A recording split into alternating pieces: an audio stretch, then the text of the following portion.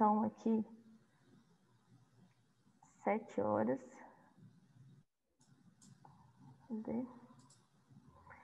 Eu já vou iniciar aqui nossa live mesmo.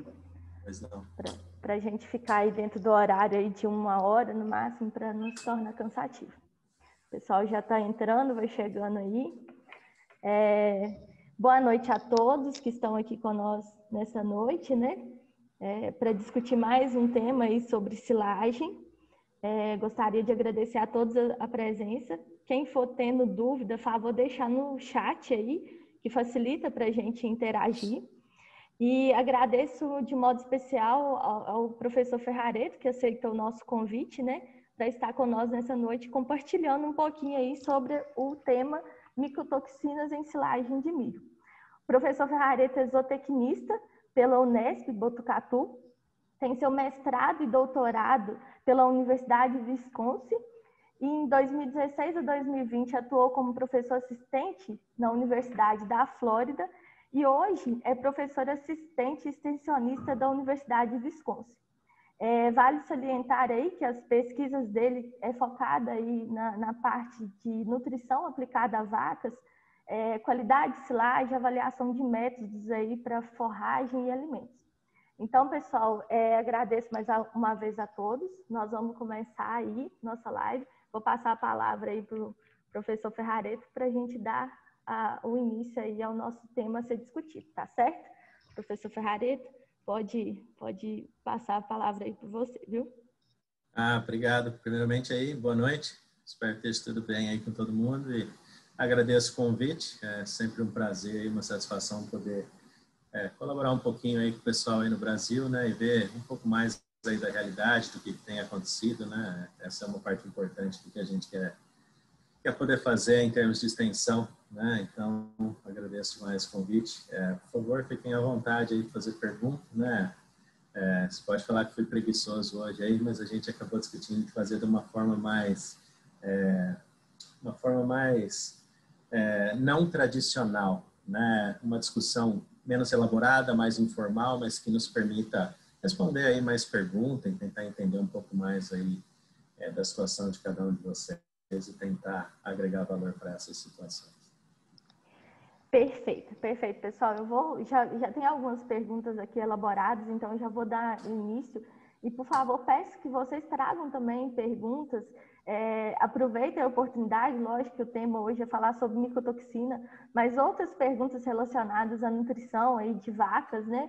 A gente está falando com a pessoa certa, que é o professor Ferrareto. Então, professor, vamos começar, né? Eu acho que quando a gente fala de micotoxina, a gente tem um amplo leque de coisas a ser abordadas, principalmente que hoje, antes essa micotoxina se preocupava muito quando a gente pensava em aves e suínos, mas hoje no contexto da nutrição de ruminantes tem se olhado com olhos de pontos de atenção, né? Então vamos começar aí a falar e gostaria que você falasse um pouquinho para a gente o que são as micotoxinas, né? E o impacto delas aí no animal, na produção animal, principalmente aí focado na produção de leite. Pois não, com certeza, eu concordo plenamente. Micotoxina é um tópico muito mais recente para ruminantes do que para animais monogástricos, né? Eu acho que por muitos anos nós tivemos essa percepção de que ruminantes seriam menos sensíveis, né, aos efeitos das micotoxinas, né? E isso é verdade, mas eu acho que existem outros fatores também que contribuíram para isso não ser um problema tão grande, né, na indústria de ruminantes comparado com os animais monográficos, né? A gente pode elaborar mais nisso daqui a pouco, mas, né, para começar com as perguntas, né, eu acho que o entendimento que eu tenho de micotoxina, né, é que são metabólitos secundários, né, que são produzidos, né, por fungos, né, diferentes tipos de fungos, né? E eu acho que é importante entender esses metabólitos, porque dependendo da exposição que o animal tem, independente se eles são animais monogástricos ou ruminantes, existe um potencial de causar problema, né? Óbvio que hoje a gente vai focar um pouquinho mais em silagem de milho, né? Mas esse é um problema que pode acontecer em outros alimentos, né? Principalmente alimentos que ficam estocados ao ar livre, né? e que tem potencial de ser hidratado por causa de chuva, né, e outros problemas relacionados aí ao clima, né, e causar a proliferação de fungo aí e algumas desses diferentes tipos aí de micotoxina, né. Quando a gente pensa a respeito da vaca de leite, né, como eu disse, os ruminantes por muito tempo a gente achou que eram um pouco menos sensíveis a esse problema, né? Mas esse, na verdade, é um problema que é muito sério para a indústria de leite também, né? Por diferentes razões, né? Primeiro, né, existem micotoxinas que podem ser passadas, né, do leite para os humanos, né? Então, tem uma grande preocupação de laticínio, né? Uma grande preocupação de órgãos que fazem toda essa regulamentação, né, de leite, né? Mas eu, como nutricionista, a minha primeira preocupação normalmente é a vaca, né? E do ponto de vista do animal, né, existem diversos graus de problema que as micotoxinas podem trazer, né? E pode começar com uma simples redução no consumo, que não parece ser um problema associado com micotoxina, né? Pode ser um problema causado por qualquer outro fator que vocês conhecem aí, né? Que podem causar queda de consumo, né? Mas também leva a outros problemas que vão ficando cada vez mais graves, né? Redução da utilização de nutrientes, né? Existem alterações em fermentação ruminal que acaba afetando outras partes da nutrição, né? Um outro fator que, na minha opinião, né, muitas vezes não é visto como um problema de micotoxina, mas afeta muito, né? Existe uma queda na imunidade, né? E com a queda de imunidade, você sabe que vai causar todo tipo de problema, né, vai abrir as portas para outros tipos de doenças que talvez não aconteceria se a parte imunológica e o sistema imunológico do animal tivesse em melhores condições, né? Hoje a gente também sabe que existem potenciais problemas com reprodução, né, incluindo o potencial aborto, né? Ou seja, é muito complicado às vezes conseguir prenhez, né, principalmente quando a gente pensa em vaca de alta produção, né, no calor, né? E às vezes uma micotoxina aí coloca tudo por água abaixo, né? Esses são alguns dos principais fatores aí que pode estar vindo a complicar, né, a produção animal. Perfeito, professor. Eu acho que são pontuações realmente extremamente importantes, porque às vezes na hora de desabastecer o silo é muito fácil ir lá e não descartar o que deveria, né? E levar tudo para o coxo. E dali a pouco começa a sentir, às vezes é o que você disse, às vezes uma pequena redução no consumo, mas que lá dentro já está mudando tudo dentro do animal mesmo, e o impacto é a longo prazo, né? Inclusive, é interessante essa pontuação sobre micotoxinas. Tem até um trabalho do professor Patrick, que é bem focado aqui na realidade do Brasil, né? Onde ele elencou aí nas principais bacias leiteiras a presença, quais as micotoxinas predominantes. E mais adiante a gente vai estar discutindo aí a respeito de como que elas vão entrando aí, né, no sistema de produção, e aí a gente vai ter a oportunidade de falar um pouquinho mais disso. Agora que a gente já falou aí o que são as micotoxinas e os efeitos principais aí a nível animal, e também ressaltou aí alguns pontos, né, para o humano também, quais são os cenários mais comuns aí na produção da silagem que podem contribuir com a presença dessas micotoxinas? Desde aí a lavoura até o processo mesmo de ensilagem. Acho que existem muitos fatores, né? Eu acho que essa é uma das grandes dificuldades que a gente tem para entender e até para impedir que se tenha casos relacionados à contaminação com micotoxinas, né? Alguns cenários são um pouco mais óbvios, né? Como o que você mencionou a respeito de talvez não descartar uma silagem que a gente vê que tem fungos, né? E leveduras que não deveriam ser fornecidos, né? Mas hoje a gente tem visto análises que mostram micotoxina, né? E quando você olha o material que foi submetido, é uma silagem bonita, né? Não tem odor, né? Odor desagradável, tem baixa contagem de fungo e levedura, né? Então, às vezes pode ser cenários mais específicos, né? Mas isso é relacionado a diversos fatores, né? Quando a gente pensa a respeito da produção de silagem de milho, né? E quando a gente pode interferir aí com alguns desses fatores, né? Eu acho que a gente precisa pensar primeiro a respeito de o que acontece mais durante o processo de cultivar o milho, né? Esse é o primeiro passo, né? E mesmo ali existem muitos fatores, daqui a pouco a gente pode cobrir alguns deles também, né? Mas eu acho que esse é o primeiro passo, né?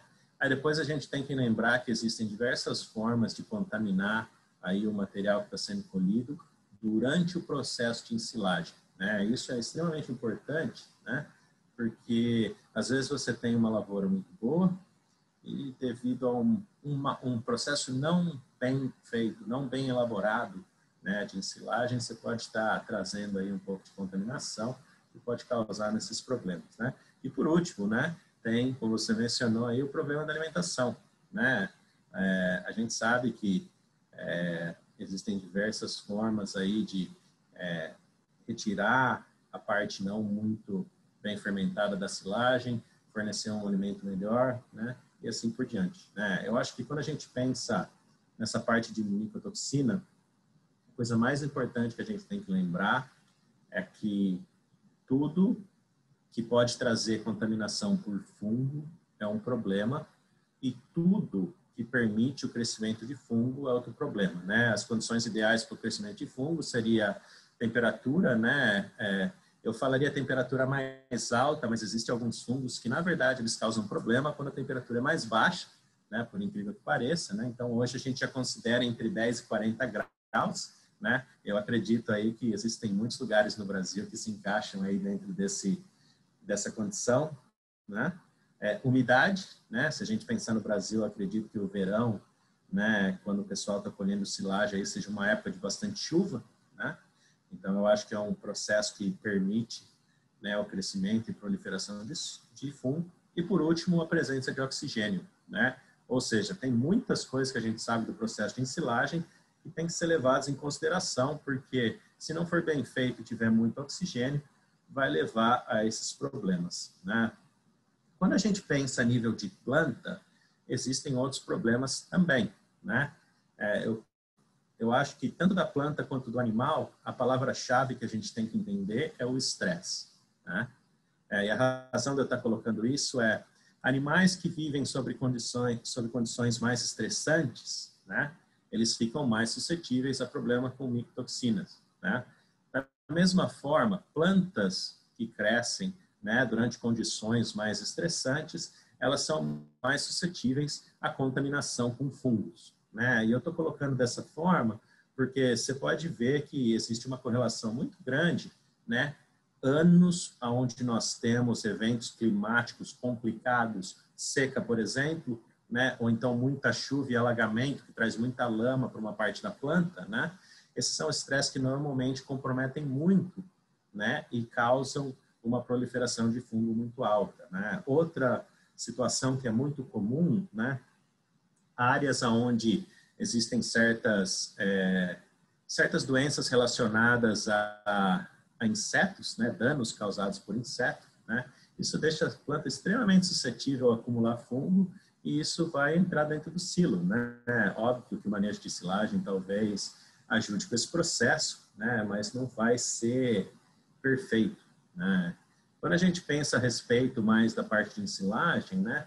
Tudo que a gente sabe que não é bom para o silo, né? Que vai permitir mais oxigênio, acaba sendo um problema e assim por diante. Eu acho que esses são os principais tópicos relacionados aí à produção de milho e ensilagem que seriam um problema. Perfeito, professor. Eu acho que uma pontuação extremamente importante e que a gente evidenciou aí, principalmente aqui no sul, na safra, e digamos que no Brasil inteiro, na safrinha, pela condição de restrição hídrica, né, muita seca, a gente, de modo geral, o cenário é o seguinte: visualizamos muitos problemas com a questão de cigarrinha no milho. Então, tudo caminha para a gente ter um ponto de atenção, porque, como você disse, a condição de estresse, tanto para o animal quanto para a planta, pode deixar, dar entrada para essas questões aí de fungos oportunistas, né? E que podem desencadear uma série de problemas lá na frente. Então, assim, eu costumo brincar, às vezes, nas visitas com os franqueados aí, os nossos parceiros, né? Que lavoura doente é um silo também doente. Então, a gente tem que olhar para isso com bons olhos e entender realmente o que a gente está falando. Logicamente que hoje a gente, dentro da empresa, tem híbridos aí com tecnologias que dão suporte, mas hoje o desafio para todas as empresas de sementes é pensando no controle e manejo de cigarrinha, né? Não tem tecnologia para cigarrinha, mas a gente está tendo que aprender a lidar com essa situação, né?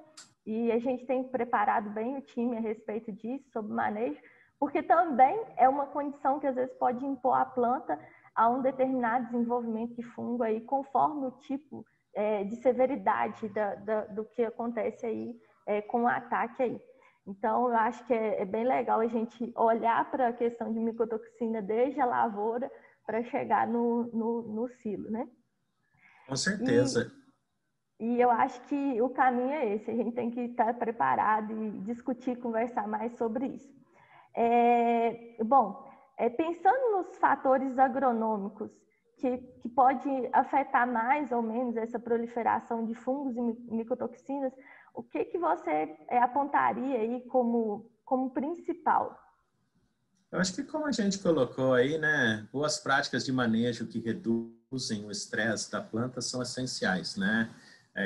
E eu acho que quanto mais diferentes tipos de manejo você coloca para a sua cultura que vão minimizar esses problemas, melhor, né? Óbvio que, como você comentou, né, existem híbridos, né, que talvez ajudem muito, né, com esses problemas, né? Mas a gente não pode esperar que o híbrido também vá fazer milagre, né? Essa como a gente coloca, né? Mesmo porque, né, muitos dos híbridos que a gente sugere, né, como bem adaptados, né, contra micotoxinas, né, não necessariamente contra micotoxinas, mas contra problemas que causam micotoxinas, né, eles não são 100% resistentes, né? Muitos, eles são apenas tolerantes, né? O que já é um passo bem à frente de outros, né? Então, eu acho que esse é um ponto muito importante que tem que ser feito, né? Porque você faz um investimento num híbrido que às vezes é um pouco mais caro, né? Devido a essa maior proteção, né? Digamos assim, que você está colocando aí na sua lavoura, né? Mas você tem que olhar os outros fatores para garantir, né? E desse ponto de vista, eu acho que começa com um bom manejo do solo, né? Eu não sou especialista nessa parte, mas eu acho que é muito explícito que a falta de nutriente leva a muitos problemas, né? Então, a lavoura tem que ser bem manejada desse ponto, né? Eu acho que também existe toda essa parte de preparação do solo, né? Eu acho que hoje, uma coisa que o pessoal tem feito muito bem aí no Brasil, que na verdade a gente tem muito que aprender com o Brasil aqui nos Estados Unidos, né? É como o plantio direto é bem feito, né? O plantio direto ajuda muito desse ponto, né? Tanto que, só para te dar uma noção disso, né? Aqui em Wisconsin hoje, né? Uma das discussões de forragem que a gente mais tem é sobre qual a cultura de inverno que tem que ser implementada, né? Só para servir como cultura de cobertura, né? Ou seja, é algo que a gente já faz aí no Brasil há, eu vou dizer, 30 anos, talvez mais, né? E que alguns outros países nunca conseguiram estabelecer de forma tão significativa, né? E eu acho que isso ajuda muito, né?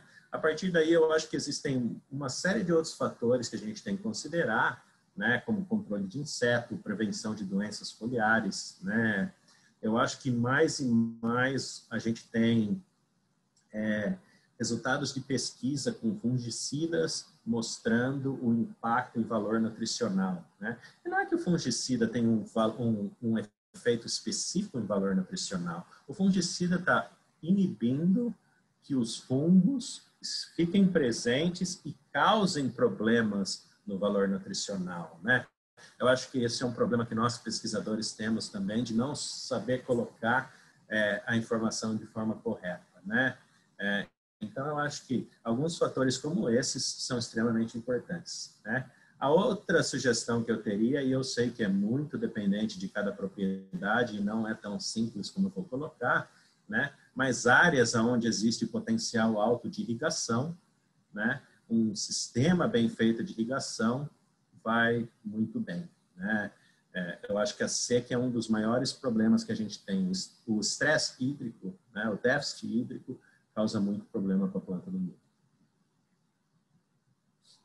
Perfeito, professor. Eu acho que o caminho é exatamente esse, a gente entender aí todos esses pontos, né? E interessante é trazer para a gente até bacana essa discussão dessa pontuação aí do que a gente tem avançado aí na questão de plantio direto, né? Nessas plantas de cobertura que realmente dão esse suporte aí, ajuda a dar uma quebrada no ciclo de pragas, então promove, principalmente se a gente conseguisse, né, trabalhar essa questão de reciclagem de nutrientes no solo. A gente sabe que, logicamente, com o avanço da mecanização hoje, permite a gente fracionar bem a planta de milho e com isso a gente pode deixar mais ou menos palhada no solo também, né? Mas a realidade é que todos buscam extrair ao máximo, então a realidade realmente é a silagem de planta inteira que leva basicamente tudo para dentro do silo. Então, tudo são pontuações que, quando a gente olha, às vezes a gente visualiza o quão amplo é a gente falar de micotoxina e começar aí já a falar de outros temas que realmente podem contribuir. Isso aí é perfeito. Ferrareto, dentro dessas práticas que possam ajudar a minimizar os efeitos, né, de ocorrência aí de micotoxina, durante o processo de ensilagem, quais práticas você visualiza como positivas para ajudar a reduzir o efeito, né? Eu acho que existem diversas práticas, né, que começam na hora que você define que está na hora de colher, né? A maturidade correta, né, a colheita é um desses fatores, né? Você pode vir aí perguntar depois, mas se eu atrasar um pouco, significa que eu vou ter micotoxina, né? Não, não significa que você vai ter micotoxina, né? Mas você tem uma maior susceptibilidade a ter, né? Esse que é o ponto, né, que a gente tenta fazer, né? E existem diversas razões, mas a razão principal, né, de você tentar ao máximo não atrasar a colheita, né? Se ficar mais tempo no campo, tem mais chance de ser contaminado por fungo. Esse é o primeiro ponto, né? O segundo ponto que eu faço sempre é que quando a gente colhe um material muito maduro, um pouco mais seco, né, é mais difícil de cortar no tamanho de partícula ideal, né? Se você não conseguir cortar no tamanho de partícula ideal, né, principalmente quando a gente pensa aí na realidade de muitos produtores brasileiros que ainda colhem silagem com uma linha, né, colhedora de uma linha, né? A colhedora de uma linha é uma máquina sensacional, né? Mas você tem que parar, afiar a faca a todo momento, né? Muitas vezes você tem que colher rápido porque está vindo chuva, né? Então não é tão simples quanto a gente gostaria, né? Então a maturidade correta ajuda nesse ponto, porque se o tamanho de partícula é muito grande, né? A hora que você está compactando, você não remove todo o oxigênio, né? Eu coloquei mais cedo aí a importância de não ter oxigênio, né? Porque o fungo ele vai proliferar na presença de oxigênio, né? Então esse é mais um problema aí associado à maturidade, né? Eu entendo que muitas vezes a gente tem que esperar um pouco mais para acumular mais amido, né? Eu acho que é super importante ter uma concentração alta de amido em silagem, né? Principalmente em anos como esse, né? Que o preço do milho está quase do preço do carro, né? Então fica difícil, né? Aqui nos Estados Unidos está tão ruim quanto, tá? Não tem nada melhor por aqui não, desse ponto de vista, né? E óbvio que você consegue acumular um pouco mais de massa, né? Mas isso também pode acarretar mais problema com a maior maturidade, né? E a partir do momento que você definiu a maturidade, óbvio que existem outras decisões a serem tomadas, né? Uma eu coloquei para vocês, é o tamanho de partícula, né? Eu coloquei o tamanho de partícula no contexto da maturidade, mas tem o tamanho de partícula como um todo, né? Material muito longo, é muito bom para a fibra efetiva, mas a gente tem que tomar cuidado com a parte de compactação, né? A gente tem que lembrar, né, que compactação é um processo delicado, né? Quanto mais partícula muito longa você tem, mais oxigênio fica entre as partículas, mais difícil é do trator retirar esse oxigênio, né? O trator que está compactando ali, né? Então, é um ponto muito importante, né? Eu acho que você colocou um ponto sobre o quanto a gente retira, né, de material do campo, né?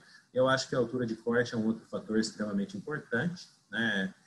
Não estou falando em colher milho-grão úmido, ou até essas novas formas de colher milho aí, né? O snaplet, toplet, que o pessoal vem falando bastante, mas aumentar um pouquinho a altura de corte pode ajudar, não só do ponto de vista de manter o solo coberto, né? Mas também do ponto de vista em deixar a parte da planta que tem o maior potencial de contaminação com o solo lá, né? Que é a parte de baixo da planta, né? Principalmente em áreas que tem muita lama, né? Ou em épocas de muita seca, né? Porque quando está muito seco, né? Você pode ver que aquela base da planta tem muito solo presente, né? Tem muita contaminação trazendo. E se você não conhece como o solo funciona, né? O solo tem muito fungo, né? É natural, é esperado que seja assim, né? Então existe uma contaminação muito grande por ali, né? A partir do momento que a gente entra na parte do silo mesmo, né? Tudo que a gente faz para boa remoção de oxigênio é essencial, né? A gente quer eliminar o máximo possível de oxigênio, né? Seja uma boa compactação, seja encher o silo rápido, seja utilizar novas tecnologias como selar com plásticos que tenham essas barreiras de oxigênio, né? Eu sei que são mais caros, mas em muitos casos eles valem a pena, né? Ou então seja inocular com um produto aí microbiano, bacteriano, principalmente, né? Que pode inibir a proliferação de fungo a hora que essa silagem for aberta, né? Eu acho que todos esses são essenciais. Mas tem uma outra coisa que muitas vezes nós não prestamos atenção, né? Que causa muito problema, né? Levar trator para compactar o silo que está todo sujo. Ali é uma fonte de fungo absurda, né? Que muitas vezes nós não prestamos atenção, né?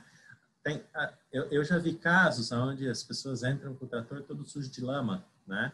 Aquela lama ela vai ficar ali, né? Você trouxe um monte de problema para dentro do seu silo, né? Eu entendo novamente que existem situações que a gente está colhendo o mais rápido possível, mas nós temos que tomar cuidado com isso, né? Eu acho que uma ideia de planejamento, né?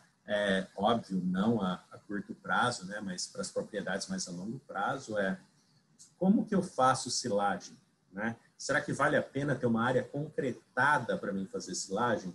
A minha resposta é sem dúvida, né? Mas óbvio que depende de cada situação e o planejamento é necessário, né?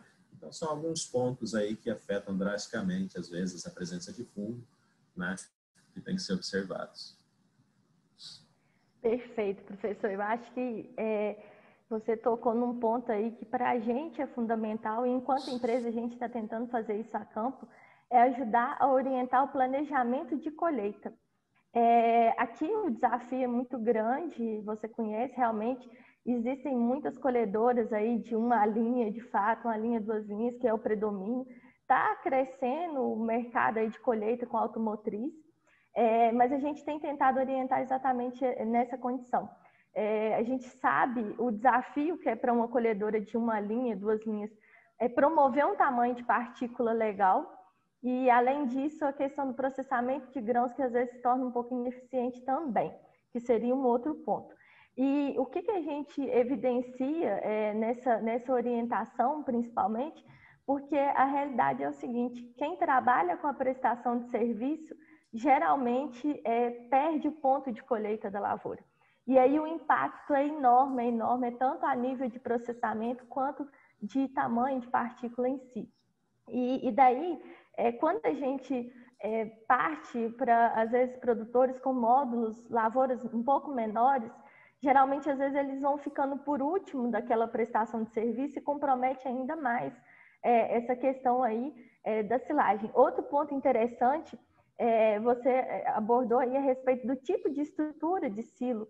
Isso aí é fundamental. Mas hoje também outro ponto que a gente tenta auxiliar nesse sentido é que muitas vezes o trator que está transportando a forragem do campo silo, é o trator que também vai compactar. Isso aí é uma condição, assim, é muito desafiadora. E eu costumo brincar também que, às vezes, me perguntam, eu chego na propriedade, eles me perguntam assim, quantos dias que esse silo pode ficar aberto? Então, assim, não tem dias, né? Não tem dias de ficar aberto, quanto menos melhor, porque impacta diretamente o processo fermentativo e essa abertura aí de oportunismo para os fungos, né? E aí a gente depara com essas situações. Eu debato muito a questão do manejo e reparo preventivo dos equipamentos na colheita, né? Porque a máquina só quebra e o trator só quebra trabalhando, eles não vão quebrar parados mesmo. Então, quantas e quantas vezes, às vezes a gente chega em propriedades que tá enchendo o silo e não tem trator compactando, ou parou porque a máquina quebrou, né? Então, esse planejamento de colheita é um desafio muito grande. Eu estava lendo há pouco tempo um trabalho que fala o seguinte, que o rendimento operacional de colheita hoje aqui para a gente, no Brasil, é em torno de 45%, 48%. É muito baixo, justamente por esses fatores aí envolvidos no planejamento e a capacidade da gente executar isso de uma forma mais rápida, né? Então, impacta aí em todo o processo de fermentação, né? E aproveitando, professor, que você falou aí um pouquinho de inoculante, eu ia chegar nessa pergunta a respeito dos inoculantes. A gente sabe aí que a gente tem algumas cepas, né, que vão promover um melhor controle aí de fungos e leveduras. Então, eu gostaria que você abordasse para a gente aí um pouquinho dessa questão do inoculante, porque muito se pergunta assim, eu vou usar ou não usar o inoculante na silagem de milho. E às vezes a minha resposta é a seguinte, vamos entender qual que é o seu processo, porque depende o inoculante. A gente tem que entender qual o processo para a gente estar atribuindo o inoculante. Então, dentro dessa condição, o que você recomendaria? Qual a sua pontuação sobre o uso de inoculantes? Não, com certeza. Eu acho que essa parte de inoculante é importante a gente entender, né? Quais tipos de inoculante existem, né? E em quais situações eles se encaixam melhor, né? Eu acho que uma coisa que a gente às vezes confunde um pouco, né? É que o inoculante tem que ser utilizado só nas nossas condições que não são perfeitas, né? E eu, na verdade, eu vejo de uma forma completamente diferente isso, né? Eu sempre uso o exemplo do seguro do carro, né? Aqui nos Estados Unidos, para dirigir, eu sou obrigado a ter seguro do carro, né? Então, eu não tenho essa escolha de ter seguro ou não, né? Mas se eu tivesse a escolha, eu ainda teria o seguro do meu carro, né? Porque o seguro do carro é aquela coisa que você tem, que você espera não usar, mas você quer ter para usar se você precisar, né? E eu vejo o inoculante exatamente da mesma forma, né? É a garantia que você vai ter, né, de que se você precisar, tem alguma coisa ali para te ajudar, né? Porque você não sabe quando você vai precisar, né? A gente acha que a gente sabe quais os fatores que vão influenciar 100% ali a fermentação, né? Mas existem silagens que parecem que vão ser terríveis, que fermentam bem, e silagens que a hora que a gente está colocando no silo parece tudo lindo, né? E na verdade não fermenta bem, né? Então eu acho que essa é parte da informação relacionada ao inoculante que às vezes as pessoas não entendem, né? Óbvio, não é um investimento barato, eu concordo plenamente, né? Mas é um investimento que eu acredito que se paga pela prevenção, né? Pela proteção que você tem, né? Óbvio que eu acho que inoculantes, eu apenas recomendo aqueles que já foram testados, né? Principalmente na sua região, né? Eu acho que é muito importante ter pesquisa testando inoculantes, né? Acho que essa é uma área bem importante aqui para a gente, aqui nos Estados Unidos, né? E aí, quando a gente entra nessa parte de inoculante, existem dois tipos principais, né? O inoculante que vai favorecer a produção de ácido lático, né? E uma queda de pH. E esse tipo de inoculante é extremamente importante para culturas, né? Para tipos de silagem que tem problemas, né? Que falta substrato para a bactéria fermentar, né? Por exemplo, silagem de leguminosa, né? A gente usa muito silagem de alfafa aqui, só para te dar um exemplo, né? Nesse caso, o inoculante que produz ácido lático é essencial, né? A silagem de milho, naturalmente, tem muito açúcar, né? Então, vai fermentar bem, né? A não ser que aconteça algum problema aí de demorar muito para fechar o silo, ter muito oxigênio, né? E coisas do tipo, né? Então, a forma como eu vejo para a silagem de milho, a gente quer uma fermentação mais heterolática, né? A fermentação heterofermentativa aí que a gente fala, é a fermentação que começa com o lactato, né? Como começaria uma silagem normal, mas tem umas bactérias que vão utilizar esse ácido lático ou mudar a fermentação para ácido acético, né? O ácido acético é aquele cheiro de vinagre que a silagem tem, né? E o ácido acético é importante porque o ácido acético inibe a proliferação de fungos e leveduras, né? Então, silagens que têm bastante ácido acético, bem fermentadas que têm ácido acético, né? Existem fermentações que não são boas que também causam ácido acético, né? Elas ajudam muito com isso. Eu acho que a bactéria que está mais comprovada que produz ácido acético de forma consistente e que traz para a gente uma boa, eu vou chamar isso de estabilidade aeróbica, eu vou discutir isso daqui a pouquinho, explicar exatamente o que isso significa, né? Mas seriam inoculantes que têm aquele Lactobacillus buchneri, né? Esse é o inoculante que tem sido mais utilizado para mim, né? E voltando um pouco à parte da estabilidade aeróbica, né? Eu, no laboratório, defino isso como o tempo que a silagem demora para aquecer mais 2 graus, né, em relação à sua temperatura inicial. O que isso significa para vocês é o tempo que demora para aquela silagem deteriorar. É assim que eu vejo esse uso no campo, né? Isso é importante porque o ciclo, né, após a abertura do silo, que leva a essa deterioração, começa com entrada de oxigênio, proliferação de fungos e leveduras, utilização de lactato, né, de ácido lático por parte desses fungos e leveduras. A partir do momento que esses ácidos láticos são utilizados, o pH sobe, causa ainda mais proliferação, deterioração da silagem, né? Então, se você tem algo como o ácido acético para inibir o crescimento de fungo e levedura, eu acho essencial, né? E, na minha opinião, grão úmido, milho reidratado, Snaplant, sem esse tipo de inoculante, é um risco grande, né? Principalmente em locais onde o verão é muito quente, né? Ou que a primavera também é muito quente, né? Perfeito, professor. E é interessante falar aí você tocou num ponto bacana, quando a gente olha para o preço do milho e olha para a silagem de grão úmido, grão reidratado, o valor agregado dessa silagem é extremamente alto, né? Então, o custo da inoculação, a tonelada inoculada, se torna irrisória quase pelo impacto que pela probabilidade de se perder menos, né? Então, assim, um ponto forte e a sua comparação aí do carro com o seguro é perfeita. E uma outra comparação que o professor Rafael Amaral usa é a questão da vaca de leite, a holandesa e uma vaca Nelore.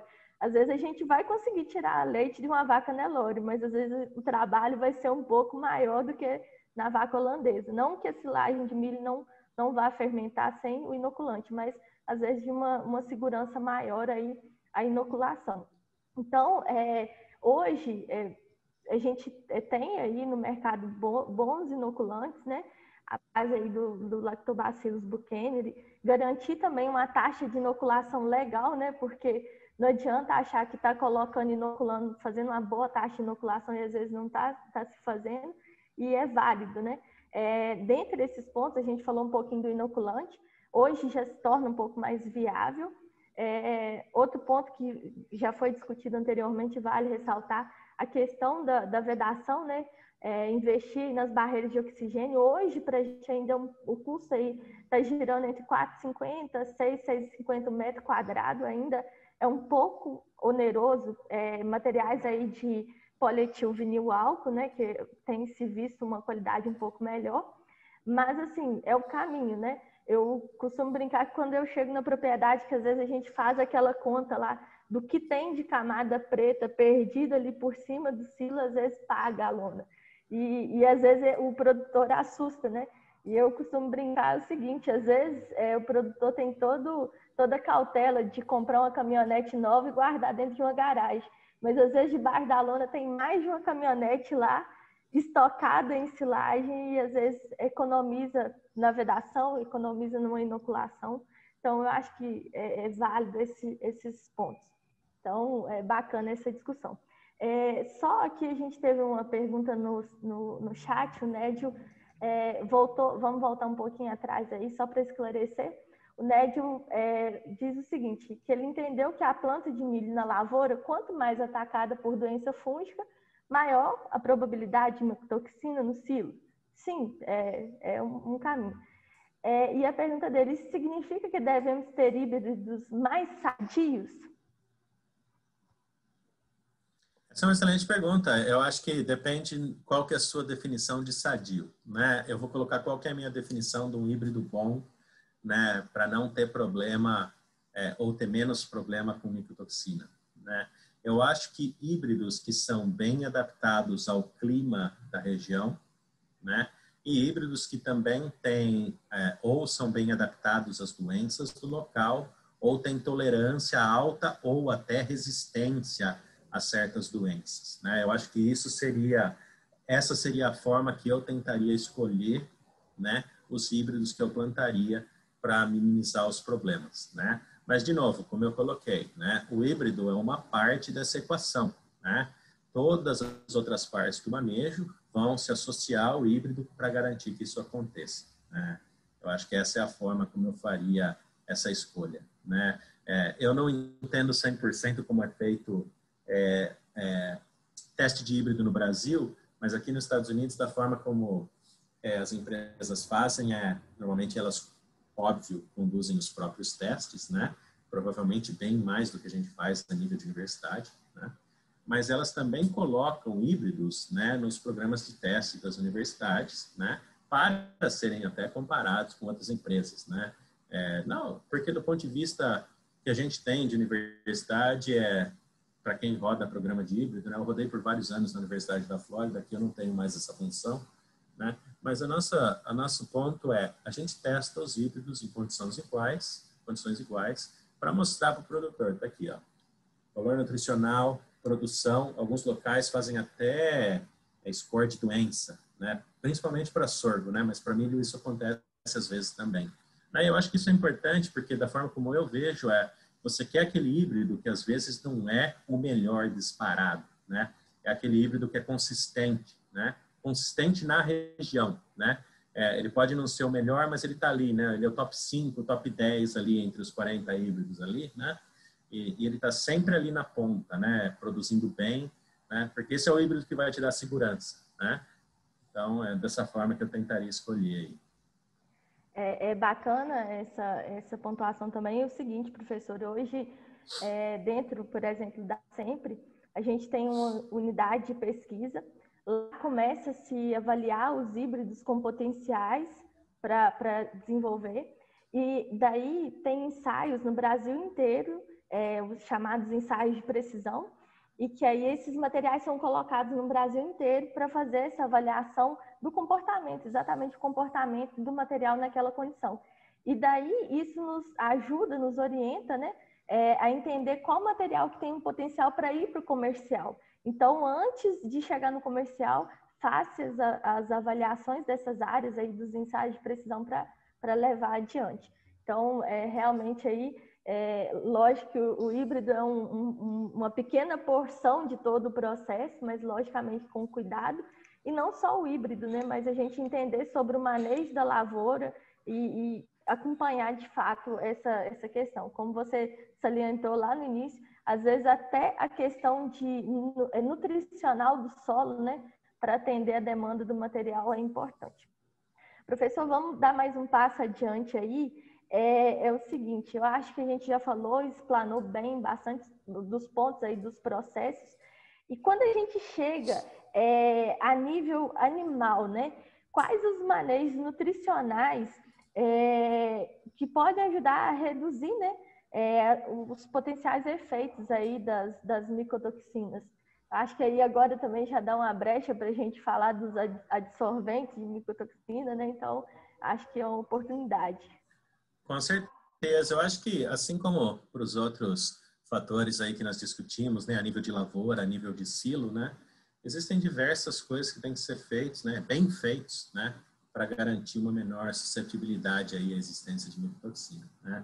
Como você colocou desde o começo, né, Cássia, que é o problema associado com fornecer silagem deteriorada, né, eu acho que essa é uma prática que a gente tem que tomar muito cuidado, né. A gente está discutindo o problema com micotoxina hoje, né, mas na realidade existem diversos outros problemas associados com clostrídio, por exemplo, né. A silagem com clostrídio causa muito problema, né. A gente, óbvio que silagem de leguminosa é muito pior do que uma silagem de milho para clostrídio, né, mas a gente tem que tomar cuidado com isso, né. Silagem deteriorada é descarte, né, é perda, né. Você não quer fazer com que aquela silagem que deveria ter sido considerada perda cause perda na vaca, né. Eu acho que é esse que é o ponto, né? Já perdeu, faz parte, acontece, todo mundo perde um pouco de silagem, né. Se alguém falar aí para você, seu vizinho falar para você, não perdi nem 1 quilo de silagem esse ano, pode trocar ele aí que você vai ganhar tranquilo, né? Não tem muito aí não, né? É normal, né? Então esse é o primeiro ponto, né? Mas eu acho que, assim como eu coloquei que a gente tem que minimizar estresse para a planta, a gente tem que minimizar estresse para o animal, né? Então, vaca que está em lote superlotado, né? Disputa para comer, né? Dieta mal misturada, né? Dieta que está aquecendo no coxo, né? Tudo isso causa problema, né?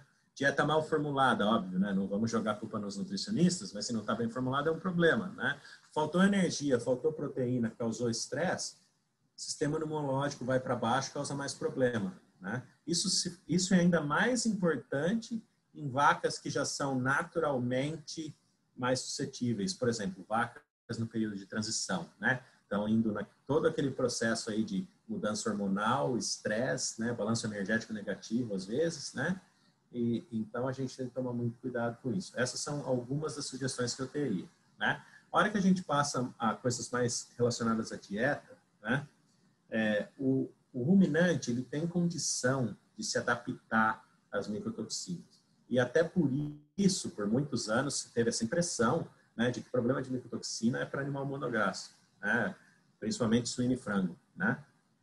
Mas o ruminante também é suscetível. Mas algo que a gente pode fazer para minimizar esse problema é, a partir do momento que você sabe que tem algum problema na silagem, você consegue reduzir essa silagem, né? Dilui, né? A partir do momento que você consegue diluir a silagem, isso já ajuda bastante, né?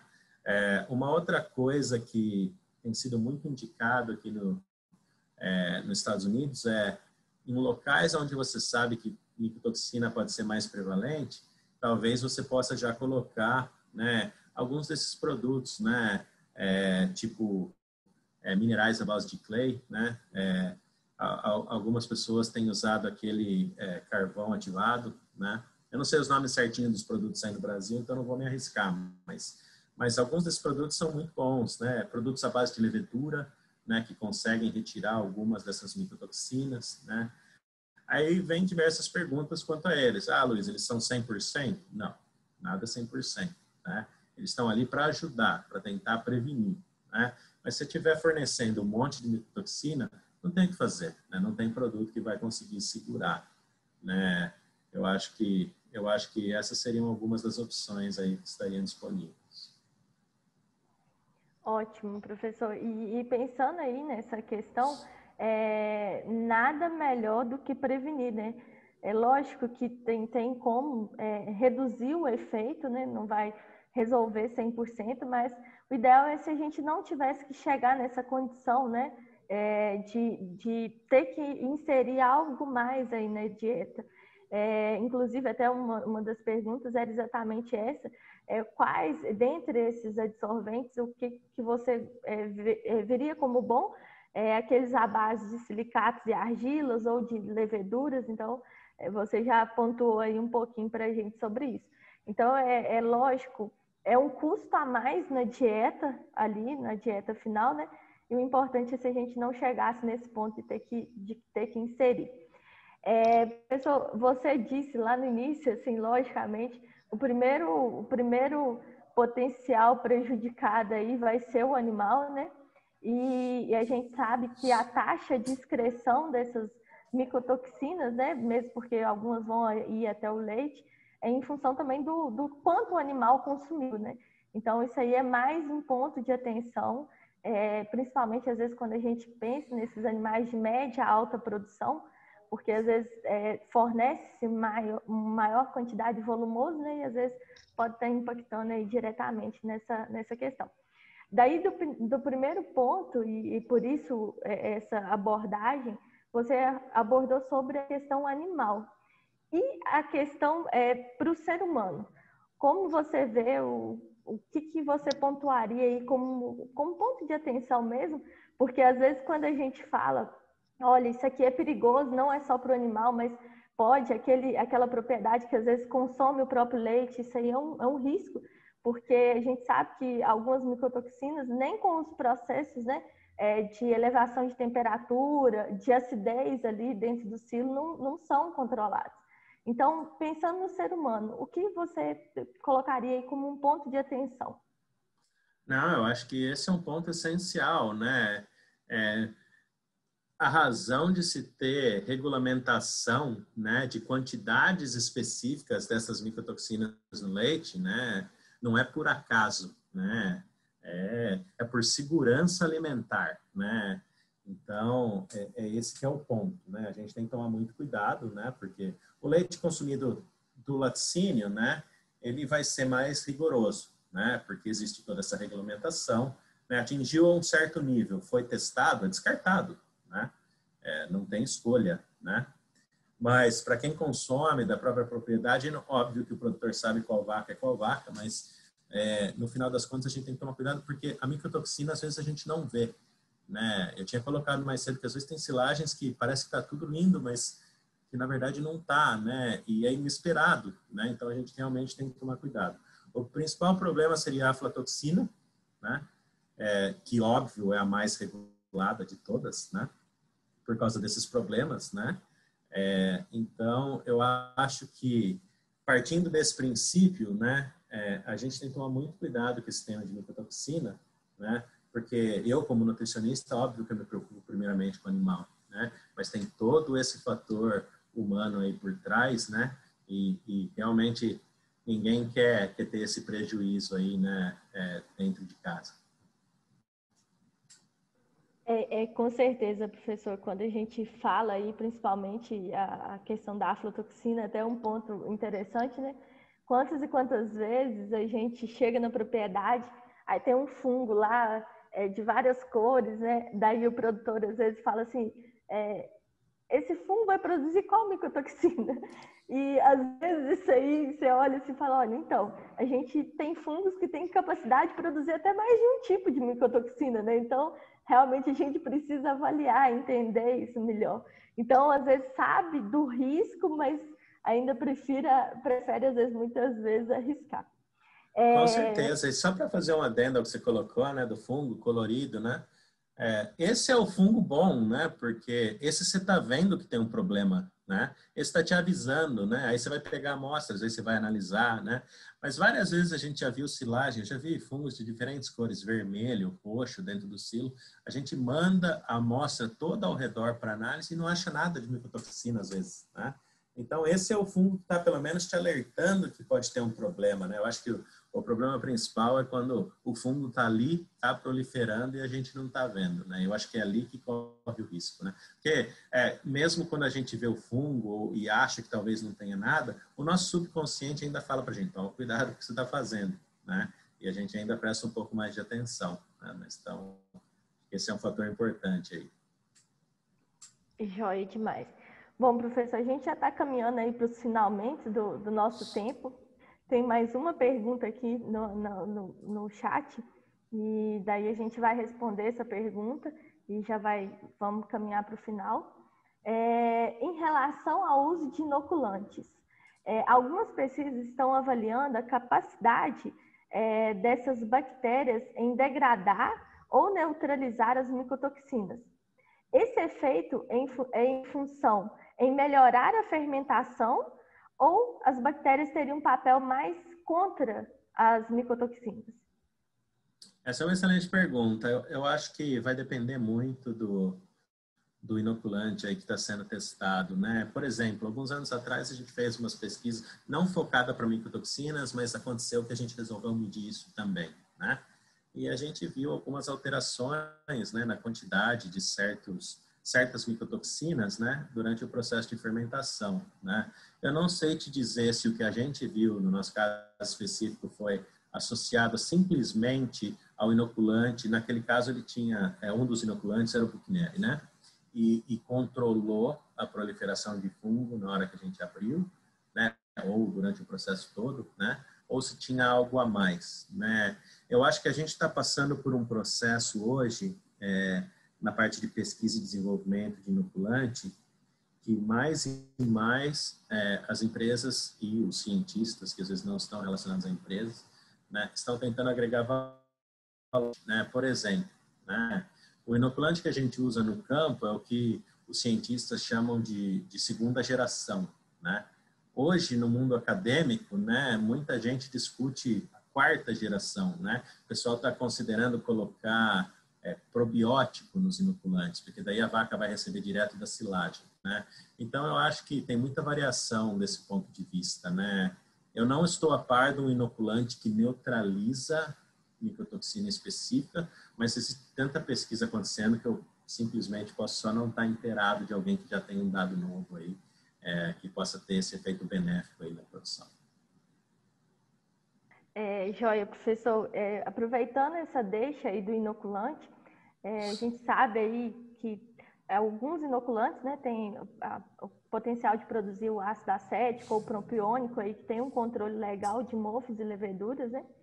E recentemente foi lançada uma nota até por um meio de pesquisa assim, que tem uma importância muito grande no Brasil. Isso gerou algumas discussões, né? Porque estavam se recomendando o uso do Yakult na produção de silagem. Então, assim, para a gente chegar e mostrar isso no campo, e vinha até a receita, né? Quantos potinhos de Yakult que era diluído. Então, a gente chegar e mostrar isso no campo, que aquele inoculante ali, aquelas cepas ali, não eram as que teriam essa performance na silagem de milho, já gerou muita discussão. Então, assim, se você pudesse finalizar só falando sobre isso, eu acho que nos ajudaria bastante, porque isso tem gerado muito bate-papo e o pessoal está com esses questionamentos. Não, pois não, eu não estava a par disso, né? Estou achando super interessante aqui. Como eu coloquei, né? Eu acho que os inoculantes eles têm que ser propriamente testados, né? Você colocou, né, ácido acético, ácido propiônico, né? Hoje existem novas cepas que elas não são tão novas, mas existem novos inoculantes que têm diferentes cepas que também levam à produção de ácido propiônico, que também são boas. Eu não sei se elas já estão no Brasil ou não. Algumas não são nem comercializadas nos Estados Unidos, mas fazem muito sucesso na Europa, né? Por exemplo, alguns que têm uma combinação do Buchneri com o de Olivorans, né? São inoculantes extremamente interessantes. Quanto ao Yakult, eu nunca vi pesquisa com Yakult em silagem, né? Então, a minha sugestão seria deixar o Yakult para as crianças, né? Ou então para os marmanjos que gostam de tomar Yakult também, né? Mas eu não colocaria na silagem, né? Talvez você vai acabar perdendo seu dinheiro duas vezes se você fizer isso, né? Minha sugestão, novamente, né? Busque inoculantes que tenham sido testados, né? Por institutos de pesquisas, universidades, por pessoas, né, que têm boa reputação em termos de pesquisa e que não têm interesse monetário nesses inoculantes. Essa que seria a minha sugestão. Não estou falando que as empresas que vendem inoculante não têm interesse em fazer um ótimo trabalho, né? Eu trabalho com diversas empresas de inoculante, né, para fazer pesquisa, né? Muitas delas extremamente sérias, né, com protocolos de pesquisas às vezes melhores do que os nossos, né? Mas eu tentaria buscar alguém aí imparcial que teste esse tipo de produto e que mostre um bom resultado, né? Aí no Paraná mesmo, né, como a gente estava discutindo no Paraná mais cedo, existem vários pesquisadores renomados de silagem, todos eles trabalham com inoculantes, todos eles podem falar para você quais são os principais, né? Eu estou usando o Paraná de exemplo, né? Existem muitos outros excelentes pesquisadores de silagem aí no Brasil que eu tenho certeza que tem muitos dados sobre isso. Acho que você está no mudo. Desculpa. Apareceu uma pergunta interessante aqui. Vamos dar brecha, vamos fazer ela, porque é uma discussão também boa, só para a gente finalizar. No processo de ensilagem, é preciso ter uma lona por baixo sobre o solo? E outra, com o uso de inoculante, vai aumentar bastante o processo de fermentação. Aí está querendo avaliar quantos por cento isso aumentaria. E nos casos das doenças fúngicas, é seguir com o mesmo manejo para a produção de grãos, respeitando a carência para poder fazer a ensilagem. A última pergunta eu não entendi, mas eu acho que a parte da lona e esse percentual de melhoria no processo de fermentação, acho bacana, às vezes, a gente falar um pouquinho sobre eles. Não, com certeza. Eu acho que a lona por baixo do silo pode ajudar muito. Óbvio que depois a gente tem que tomar cuidado para não extrair parte dessa lona junto com a silagem, né? Para não ter perigo de animal consumir pedaço de plástico, né? Mas eu acho que usar a lona por baixo do silo, né, para cobrir o solo, é o mesmo princípio que eu tinha colocado de talvez ter uma área cimentada, né? Que é basicamente inibir aí a contaminação da parte de baixo do silo, né?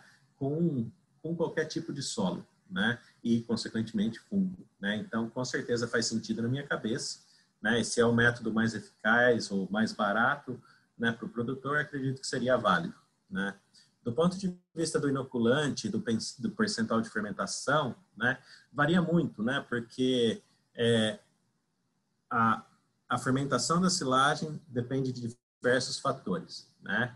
Umidade, a população bacteriana natural, né?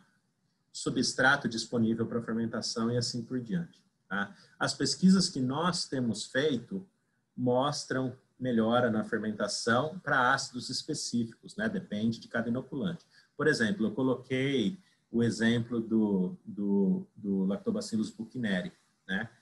A maior parte das pesquisas que a gente conduziu com Buchneri mostram pelo menos 1,5 unidades percentuais a mais de ácido acético do que em outros, do que no grupo controle que não tem inoculação.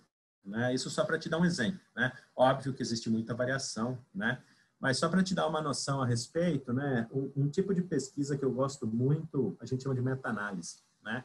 Que é a combinação de, a gente vai compilar dados de diversas publicações, né? De diversos jornais e rodar estatísticas usando esses números, né? O grupo do professor Dezogan na Flórida acabou de publicar uma, né? O professor Dezogan na verdade, é um dos maiores especialistas que tem nessa parte aí de fermentação e micotoxina, né? E eu acho que o que eu vou falar nós vimos porque eu ajudei com parte desses dados, né? Mas os créditos são todos dele, aí que delineou e fez todas as análises, né? O que ele viu é um resultado muito forte, na verdade, né? Para ácido acético, para aquele 1,2-propanodiol, né? Que é um dos metabólitos que são um dos álcools que são produzidos, né? Depois junto com o ácido acético.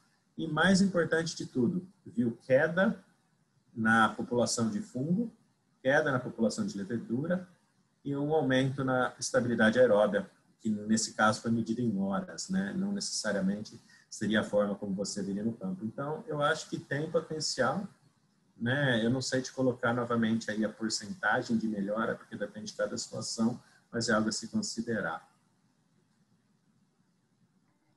Na verdade, isso aí eu costumo brincar também que o inoculante ele não paga a conta do que a gente fez errado, né, professor?